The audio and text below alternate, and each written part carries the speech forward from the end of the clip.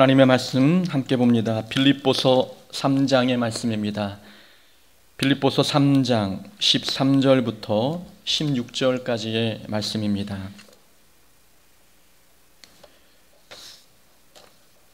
신약성경 빌립보서 3장 13절부터 16절까지 말씀, 우리 한 목소리로 함께 합독하도록 하겠습니다.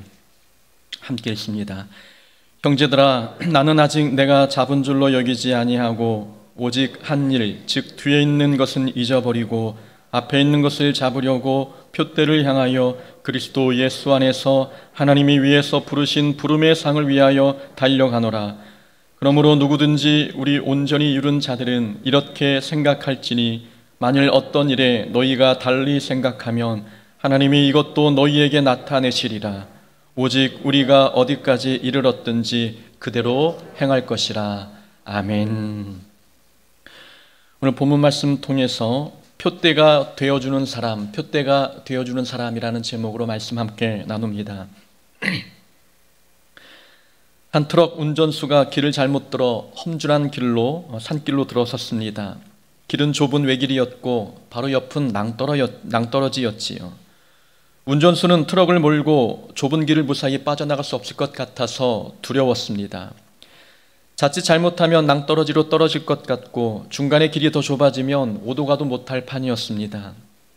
운전수가 낙심하고 있을 때에 표지판 하나가 눈에 들어왔습니다. 이 길은 보기와는 달리 안전합니다. 수많은 트럭들이 이 길을 지나갔으며 당신 또한 이 길을 안전하게 지나갈 수 있습니다. 표지판을 본 운전수는 안심이 되었습니다. 자기 말고 다른 사람도 지나갔다고 하니 중간에 길이 좁아지거나 또 낭떠러지에 떨어질 일은 없을 것 같았습니다. 운전수는 정신을 집중해서 운전했고 무사히 좁은 길을 빠져나갔습니다. 표지판이 없었다면 운전수는 난감했을 것입니다. 앞으로 가야 할지 뒤로 돌아가야 할지 판단이 서지 않았을 텐데 다행히 표지판이 있어서 올바른 결정을 내릴 수가 있었습니다. 평상시에는 사람들이 표지판의 가치와 진가를 알지 못합니다. 늘 제자리에 서 있지만 아무도 표지판에 관심을 두지 않지요. 그게 거기 있었나 할 정도로 자주 지나다니는 길에서조차 표지판의 존재를 기억하지 못합니다. 하지만 초행길을 가거나 길 잃은 사람에게 표지판의 위상은 달라집니다. 어디로 가야 할지 모를 때에 표지판을 만나면 그렇게 반갑고 고마울 수가 없는 거지요. 표지판이 올바른 길로 인도해 주기 때문입니다. 인생길에도 표지판이 있습니다. 인생길을 먼저 걸어가고 있는 인생의 선배나 부모, 어른들이 인생의 표지판과 같습니다. 어른들을 표지판에 비유하는 것이 조금 죄송스럽긴 하지만 좋은 의미에서의 비유입니다. 그러니까 어른은 인생의 후배들에게 길잡이가 되어주는 표지판과 같은 존재입니다. 인생길은 한 번도 가본 적이 없는 길입니다. 그래서 두렵고 서툴고 후회도 많이 합니다. 실수하지 않기 위해서 좋은 인생의 계획을 세우며 살아도 길을 잃거나 실패하는 경우가 많습니다. 이렇게 굴곡이 많고 선택을 요구하는 갈림길 많은 인생길에 올바른 길로 인도해주는, 안내해주는 표지판과 같은 어른이 있다면 얼마나 든든하겠습니까? 인생길에서 만난 좋은 표지판은 시행착오를 줄여줍니다. 세월을 낭비하지 않고 의미 있는 삶을 살도록 도와줍니다. 그래서 인생에서 좋은 표지판을 만난다는 것은 더없이 큰 복입니다. 우리는 누군가 세워둔 표지판을 보고 인생을 살아가고 있고, 또 우리는 누군가에게는 표지판이 되어 길잡이 역할을 해주고 있습니다. 우리는 누군가에게 부모이고 누군가에게는 선배의 위치에 있고 또 누군가에게는 어른으로 남아 있습니다. 우리는 좋은 표지판을 보고 가고 있습니까? 또 우리는 누군가에게 좋은 인생의 표지판이 되어주고 있습니까?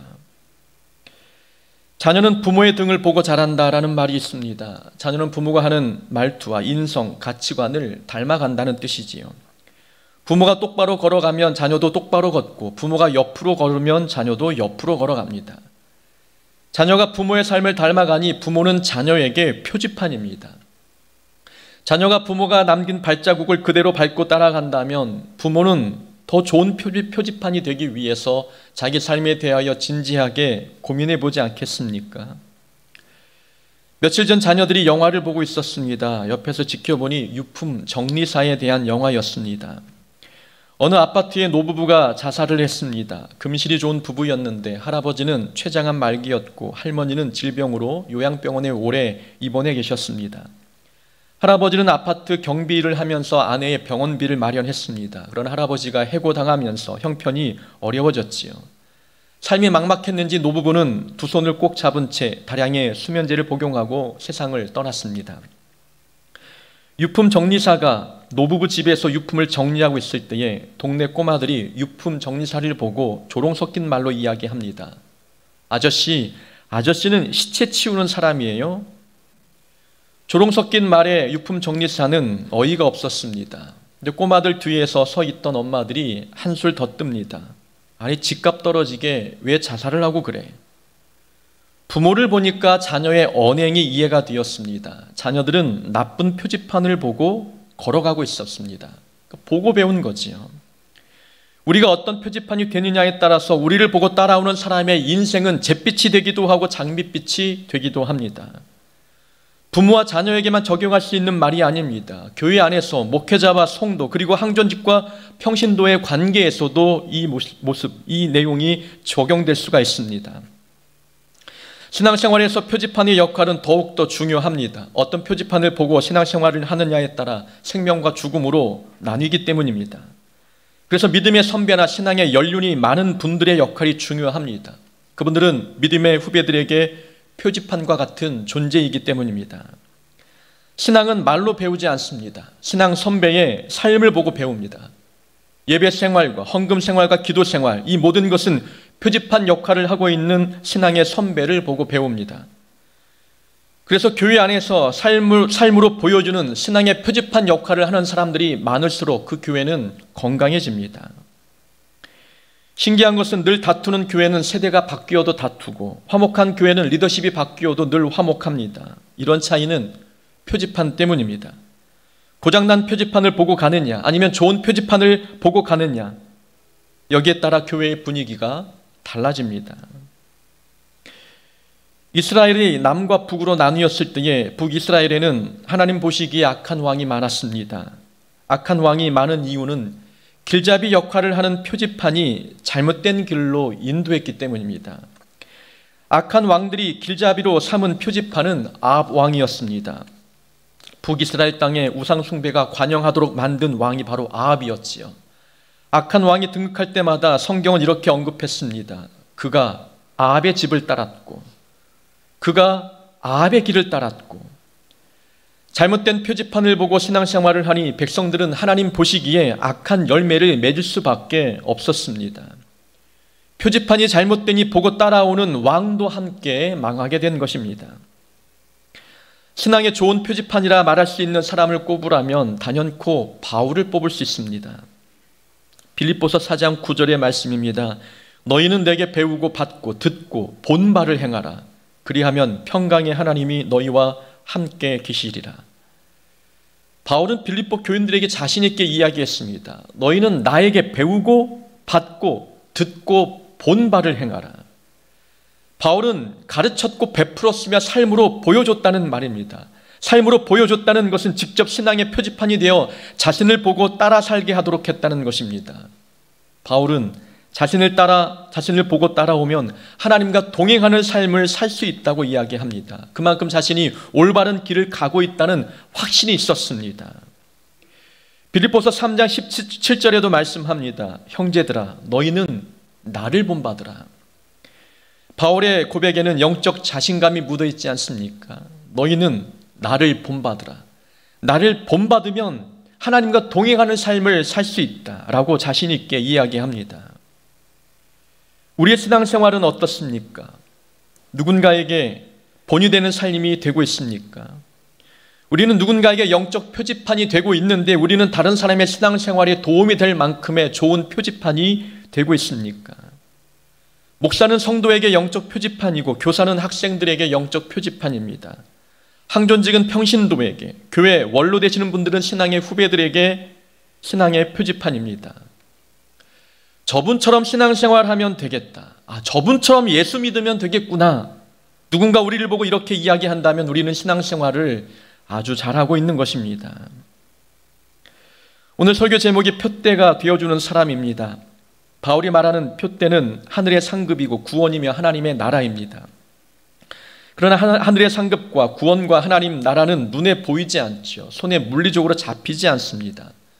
눈에 보이지 않는 것을 표대 삼고 신앙생활을 하는 것, 바울에게는 쉽겠지만 일반 성도에게는 어려운 일이었습니다. 목표가 가시적으로 보여야 동기부여가 되지 않겠습니까? 그런데 손에 잡히지 않는 것을 목표로 삼게 되면 지속적으로 신앙생활에 열심을 내기란 참으로 어렵습니다. 보이는 목표가 필요한 거죠. 그래서 바울은 자기 자신이 성도들에게 표대가 되어주겠다 이야기합니다. 나를 본받으라. 내게 배우고 받고 듣고 나에게 본 바를 행하라 라고 이야기합니다. 성도들은 바울의 신앙생활을 보고 따라가면 하나님 나라라고 하는 영적 표대에 도달할 수 있다고 생각했습니다. 바울도 그만큼의 자신감이 있었습니다. 바울은 보이지 않는 하나님 나라를 자기 삶으로 보여주는 좋은 표지판이었습니다. 오늘 직분에서 은퇴하시는 분들이 계십니다. 또 어떤 분들은 이미 은퇴하신 분들도 계시고 또 앞으로 은퇴하실 분들도 계시지요. 저도 20년 후에 은퇴합니다. 은퇴 후에 우리는 어떤 신앙생활의 목표를 어떻게 세우고 있습니까? 은퇴 뒤에 어떤 신앙생활로 하나님 앞에 살아가야 될까? 여기에 대한 답은 딱 한 가지입니다. 우리는 누군가에게 영적 표대가 되어주는 삶을 살아야 합니다. 누군가에게 신앙의 좋은 표지판이 되어 신앙의 후배들이 따라올 수 있도록 해야 합니다. 이것이 우리 신앙생활의 목표가 되어야 하는 것이지요. 이 목표는 은퇴하신 분들에게만 해당되는 것이 아닙니다. 여기는 우리 모두에게 해당되는 말씀이죠. 우리는 누군가에게 좋은 영적 표지판이 되어 우리의 삶을 통하여 하나님 나라를 볼 수 있도록 도와야 합니다. 항상 말씀을 드렸습니다. 그리스도인의 삶의 목표는 자리가 아니라 역할입니다. 자리가 목표이면 자리를 얻고 난 뒤에 목표가 사라지게 되는 거죠. 목사가 되는 것이 목표인 사람은 목사가 되고 나면 삶의 목표가 사라집니다. 그러나 역할이 목표가 되면 어떤 자리를 얻거나 또 그 자리에서 은퇴를 해도 목표는 여전히 살아 있습니다. 은퇴 후의 목표가 누군가에게 표대가 되어줘야 한다는 말씀, 이 말씀은 역할에 집중하라는 뜻입니다. 자리에서는 물러나지만 역할은 남아있다는 거죠. 다시 말하면 직분에서는 은퇴하지만 신앙생활에는 은퇴가 없다는 말씀입니다.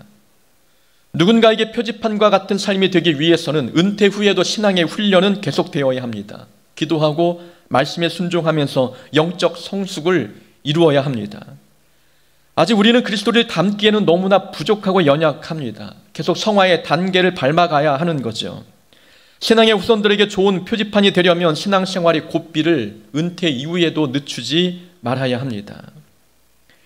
직분에서 은퇴했다고 해서 신앙생활도 끝이 난 것이 아닙니다. 이 말씀은 은퇴자들에게만 드리는 말씀이 아니라 우리 모두가 기억해야 할 말씀이지요. 우리를 바라보고 따라오는 사람들이 있습니다. 우리는 영적인 표대가 되어야 우리를 바라보고 따라오는 사람들을 하나님께서 기뻐하시는 길로 인도할 수 있게 되는 것입니다. 그렇다면 우리는 좋은 표대란 무엇이겠습니까? 좋은 표지판이 된다는 것은 무엇을 말하는 것이고 우리는 어떤 모습으로 살아가야 좋은 표지판이 될 수 있을까요? 오늘 본문을 참고로 해서 두 가지만 살펴보겠습니다. 우선 좋은 표대란 기념비가 아니라 표지판이 되는 신앙생활입니다. 신앙생활하는 분들 중에는 기념비가 되려는 사람이 있고 표지판이 되려는 사람이 있습니다. 이 표지판에 대한 설명을 앞부분에서 말씀을 드렸지요. 기념비는 뜻깊은 일을 오래도록 기념하기 위해 세운 비석을 이야기합니다. 그 기념비 같은 사람은 자신이 이룬 업적을 내세웁니다. 과거를 회상하며 왕년에 자신이 한 일에 대하여 추억하며 살아갑니다. 기념비 같은 사람은 나는 옛날에 다 해봤어. 내가 과거에 어떤 일을 했는지 알아. 나는 많이 했기 때문에 이제는 하지 않아 라고 이야기합니다. 기념비 같은 사람의 특징은 과거에 매몰되어 있습니다. 가야 할 앞을 보지 않고 자꾸 걸어온 뒤만 쳐다봅니다. 뒤만 바라보니까 신앙이 정체되고 성장이 멈추어 버립니다. 바울이 고백했습니다. 오직 한 일, 즉 뒤에 있는 것은 잊어버리고 앞에 있는 것을 잡으려고 표대를 향하여 달려가노라. 바울은 과거에 한 일을 잊겠다고 고백했습니다. 바울은 이미 많은 업적을 남겼지요. 빌립보서 편지를 기록했던 때가 바울이 로마 감옥 1차 투옥 때였습니다. 그러니까 1차부터 3차까지의 전도 여행을 다 마친 상황이었지요. 3차 전도 여행까지 마쳤다는 것은 바울이 이미 많은 것을 이루었다는 뜻입니다. 많은 교회를 세웠고 수많은 영혼들을 주께로 인도하였습니다. 바울이 기념비 같은 사람이었다면 과거의 추억에 빠져 자신의 업적을 영광스러워하며 사람들에게 자랑했을 것입니다. 바울은 기념비가 아니라 표지판과 같은 역할을 하기를 원했습니다. 그러니까 과거에 머물지 아니하고 앞을 본 것입니다. 사람들에게 인정받고 칭찬받을 만한 수많은 업적이 과거에 쌓여 있어도 거기에 멈추지 않았습니다. 지나간 것은 다 잊고 하나님께서 앞으로 또 이루실 앞날을 생각하며 앞만 보고 달려간 것입니다. 본인은 표지판이기 때문입니다. 내가 멈추면 나를 따라오는 사람도 함께 멈추는 겁니다. 내가 앞으로 달려가고 길을 개척할 때 나를 표지판 삼고 달려오는 사람들도 함께 하나님이 원하시는 길로 갈 수가 있게 되는 것이었지요. 바울은 표지판과 같은 사람이었습니다. 구약의 사울 왕은 기념비가 되려고 하는 사람이었습니다. 하나님께서 사무엘 선지자를 통해 사울에게 말씀하셨지요. 아말렉과 전쟁하여 그들의 모든 소유를 남기지 말고 진멸하라 명령하였습니다. 하지만 사울은 아말렉과의 전쟁에서 승리는 했지만 말씀에 순종하지 않았습니다. 좋은 동물들을 남겨두었지요. 이 사실을 알고 사무엘이 사울에게 찾아가기 위해 아침 일찍 일어났습니다. 이때 어떤 사람이 사무엘 선지자에게 이야기합니다. 사울이 갈멜에 이르러 자기를 위하여 기념비를 세우고 길갈로 내려갔습니다. 사울은 전쟁에서 이긴 것을 기념하고 싶었습니다. 사람들에게 내세우고 싶었고 자랑하고 싶었지요. 자기를 위한 기념비를 세웠습니다. 스스로 잘했다고 생각한 모양인데 하나님은 사울 왕을 왕으로 세운 것을 후회하고 계셨습니다. 하나님은 후회하시는데 자기는 자기 삶에 대하여 어깨에 힘을 주고 있는 모습이었습니다. 사울은 하나님께서 원하시는 것이 무엇인지에 대한 관심이 없었습니다. 오직 자기가 이룬 과거의 업적에만 관심이 높았지요. 기념비와 같은 사람의 모습입니다. 사울은 자신이 순종해야 할 믿음의 길이 어디인지 앞을 보지 않았습니다. 자신의 인생이 바른 길로 가고 있는지 표대를 바라봐야 하는데 그렇게 하지 않았습니다. 많은 백성들이 자기를 바라보고 따라오고 있는데 본인이 좋은 표대가 되지 못하고 오히려 과거에 멈추어 신앙생활을 중단하는 모습을 보여주었습니다. 기념비와 같은 사람은 더 성장하려 하지 않습니다. 이 정도면 됐지. 이 정도면 됐지라고 생각합니다. 과거에 충분히 많은 것을 이미 했다고 생각했기 때문입니다. 그래서 은퇴 후에 신앙생활이 퇴보하는 경우들이 많습니다. 우리는 다 이루었다고 생각하지 말아야 합니다. 바울은 지금도 달려가고 있지 않습니까? 이때 바울의 나이가 60이 넘었습니다. 빌립보서를 기록한 당시가 바울이 순교하기 5, 6년 전이었다는 기록이 있습니다. 이 정도면 그만해도 되지 않습니까? 이 정도 나이면 그만해도 됩니다. 이미 바울은 많은 것을 이루었기 때문에 이 정도면 됐지라고 말할 자격이 바울에게는 있었습니다. 그런데 바울은 과거에 멈추지 않고 달려가고 있다고 고백합니다. 표지판이 되어야 하기 때문에 죽는 순간까지 본인에게 주어진 사명, 충성을 다하여 감당하고자 했습니다. 다시 말씀드리지만 우리는 직분에서는 은퇴할 수 있지만 신앙생활에서는 은퇴가 없습니다. 신앙생활은 하나님 나라에 갈 때까지 지속되어야 합니다. 저희 아버지는 은퇴하신 지 6년이 지났습니다. 그러나 아직도 성경 통독을 하십니다. 집에 가시면 시끄러울 정도로 크게 성경을 읽으시지요. 설교할 일이 없는데도 말입니다. 설교 사역에는 은퇴했지만 신앙생활에는 은퇴하지 않았다는 것을 보여주고 있는 모습입니다. 우리는 기념비가 아니라 표지판입니다. 과거의 영광에 빠져 지난날의 추억을 회상하며 살아가기보다는 다른 사람들을 올바른 신앙생활로 인도하기 위한 표지판과 같은 삶이 되어야 합니다. 두 번째 교훈입니다. 좋은 표대는 이 땅의 보상보다 하나님 나라의 보상을 사모합니다. 바울은 뒤에 있는 것은 잊고 하나님이 위에서 부르신 상을 위하여 달려간다라고 고백했습니다. 바울이 과거의 영광을 잊을 수 있었던 이유가 있습니다. 과거 바울이 이룬 영광은 하늘의 영광에 비하면 아무것도 아니기 때문이었습니다. 바울이 이 땅에서 이룩한 업적들은 분명 사람들에게 칭송받을 만한 영광스러운 일이었습니다. 그러나 하나님 나라에서 받을 상급에 비하면 이 땅에서 얻는 영광은 아무것도 아니었던 거죠. 바울은 땅의 것에는 관심이 없었습니다. 자신이 이룬 일에 대한 보상, 사람들의 칭찬, 인정 없어도 개의치 않았습니다. 본인은 더 귀한 하나님 나라의 상급이 있는 것을 믿었기 때문입니다.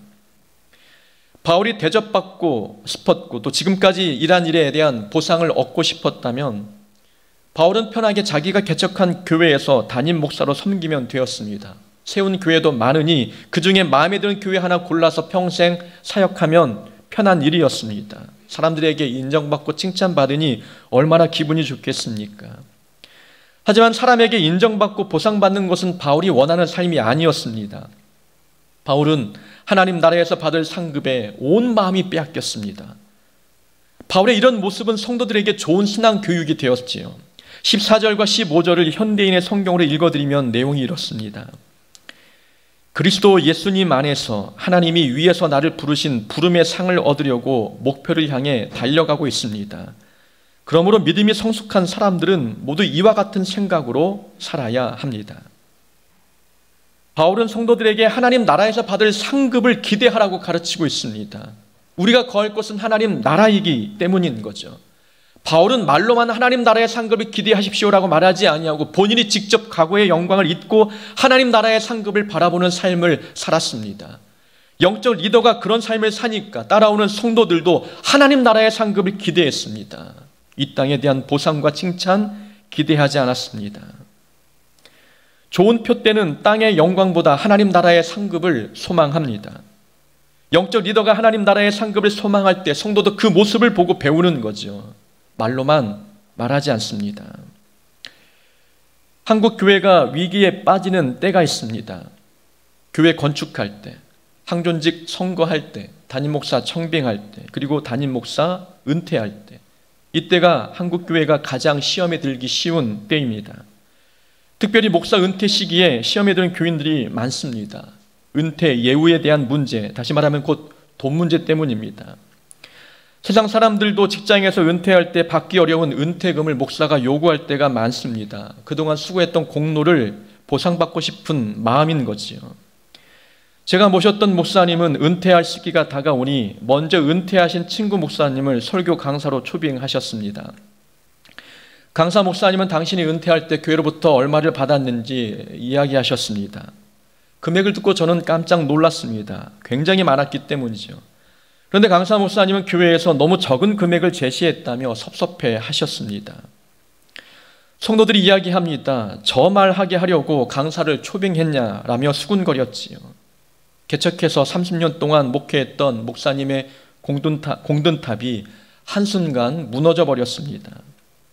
성도들이 비판했습니다. 하나님 나라의 상급을 사모하라고 설교하셨으면서 정작 당신은 수고한 보상을 이 땅에서 다 받으려 하는구나. 그 말을 들으면 할 말이 없었습니다. 하나님 나라를 가리켜야 할 표지판이 결국 이 땅의 영광을 가리키고 있었습니다. 사탄은 가장 파괴력이 좋을 때 공격합니다. 심우할 때보다도 은퇴할 시점에 넘어뜨리면 30년 동안의 목회가 다 물거품이 되어버리는 것입니다. 30년 동안 이 표지판이 옳다고 따라왔던 성도들이 한순간 무너지는 모습을 보면서 잘못된 표지판을 보고 따라왔구나 생각하면 사탄의 계획이 성공한 것 아니겠습니까? 사람들은 이야기합니다. 목사님이 젊을 때는 안 그랬는데 나이가 들면서 변했다라고 말합니다. 모든 사람들이 그렇게 이야기합니다. 그 얘기를 들으면서 저는 고민했습니다. 왜 그럴까? 왜 젊을 때는 안 그랬는데 나이가 들어가면서 변했다라고 이야기하는 것일까? 고민 끝에 내린 결론이 하나 있습니다. 목사들이 젊을 때 어떤 모습으로 은퇴할 것인지에 대한 준비가 없었구나라는 생각이었습니다. 젊을 때는 정의롭고 의로움이 있습니다. 그때 어떤 목사로 은퇴할지 기준을 세워야 합니다. 교회가 작을 때는 목사도 욕심이 없습니다. 그런데 개척교회로부터 교회가 부흥되고 커지기 시작하면 보상 심리가 작동합니다. 욕심이 마음에 틈타기 시작하는 거죠. 그러니 처음부터 출발하는 그 시점부터 어떤 모습으로 은퇴해야 할지 결단해야 합니다. 기준을 정해놓고 은퇴해도 많이 흔들리는데 기준 자체를 정하지 않고 은퇴 시점을 맞이하면 얼마나 더 많이 흔들리겠습니까? 이건 목사에게만 적용할 수 있는 부분이 아닙니다. 우리 모든 성도에게 적용할 수 있는 말씀이지요. 평신도도 어떤 모습으로 은퇴해야 할지 지금부터 결정해야 합니다. 청산인을 그려놓고 그 모습을 상상하며 살아가야 합니다. 장로를 은퇴한다면 어떤 모습으로 은퇴해야 할지, 내가 권사인데 권사로 은퇴한다면 어떤 권사의 모습으로 은퇴해야 할지 지금부터 결단해야 합니다.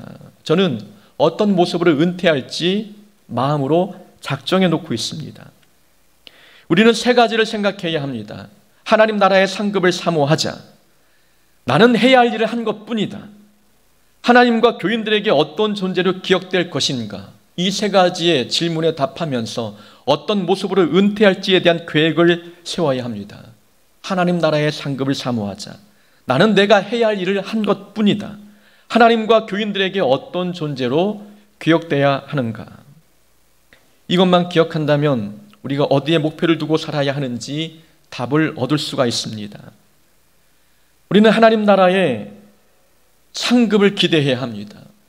이 땅에서 아무리 좋고 화려한 것을 얻어도 하나님 나라에서 얻을 것에 비하면 아무것도 아닙니다. 요한계시록에 보면은 하나님 나라를 묘사한 그림이 나옵니다. 길은 황금길이고 성은 온갖 보석으로 꾸며져 있었습니다. 성 자체가 보석으로 꾸며져 있었다는 것은 금은 보화가 천국에서는 건축 자재이라는 것입니다. 이 땅에서 사람들이 최고로 여기며 아끼고 목표로 삼고 있는 금은 보화가 하나님 나라에서는 사람들이 밟고 다니는 건축 자재일 뿐이었습니다. 아무것도 아닌 것이지요. 하나님이 주시는 상급이 더 귀하고 크기 때문입니다. 우리는 하나님 나라를 목표로 신앙생활을 하고 있다면 하나님께서 주실 상급을 표대 삼고 신앙생활해야 합니다. 우리가 표지판이라면 하나님 나라의 상급을 가리키면서 그곳을 향해서 달려가자고 뒤따라오는 후손들에게 이야기할 수 있어야 합니다. 좋은 표대는 하나님 나라의 상급을 기대합니다. 은퇴자는 교회에서 태물이 되는 게 아닙니다. 영적 아버지가 되는 것입니다. 영적 아버지로서 지혜와 사랑이 가득해야 하지요. 우리는 직분에서 은퇴하는 것이 아닙니다. 우리는 직분에서 은퇴하는 것이지 사명에서 은퇴하는 것은 아닙니다. 사명은 나이 불문하고 모든 성도에게 주어졌지요. 내가 내 영을 만민에게 부어주리니 너희 자녀들이 장래일을 말할 것이며 너희 늙은이는 꿈을 꾸며 너희 젊은이는 이상을 볼 것이며. 나이가 들어도 꿈을 꾼다고 말씀합니다. 꿈을 꾼다는 것은 비전이 있다는 것이고 사명이 주어졌다는 뜻입니다. 성도는 사명을 다할 때가 끝입니다. 직분을 다하는 그 순간이 끝이 아니라 하나님이 맡겨주신 사명을 다하는 그 시간이 우리의 끝입니다. 은퇴는 신앙의 졸업이 아닙니다. 신앙의 졸업이 아니기에 하나님과의 교제는 은퇴 이후에도 계속 이어져 가야 합니다. 그래서 은퇴한 분들에게는 신앙 간직이 더 많아야 합니다. 가장 중요한 것, 은퇴하신 분들은 성도들에게 신앙의 표대입니다. 좋은 표지판입니다. 우리가 신앙생활을 해 나아갈 때에 나는 좋은 표대다, 나는 표지판이다라는 생각을 가지고 신앙생활을 함으로 우리 교회에서 우리를 보고 따라오는 믿음의 후손들이 바른 길 걸어가도록 하는 귀한 도구 되기를 주의 이름으로 축원합니다.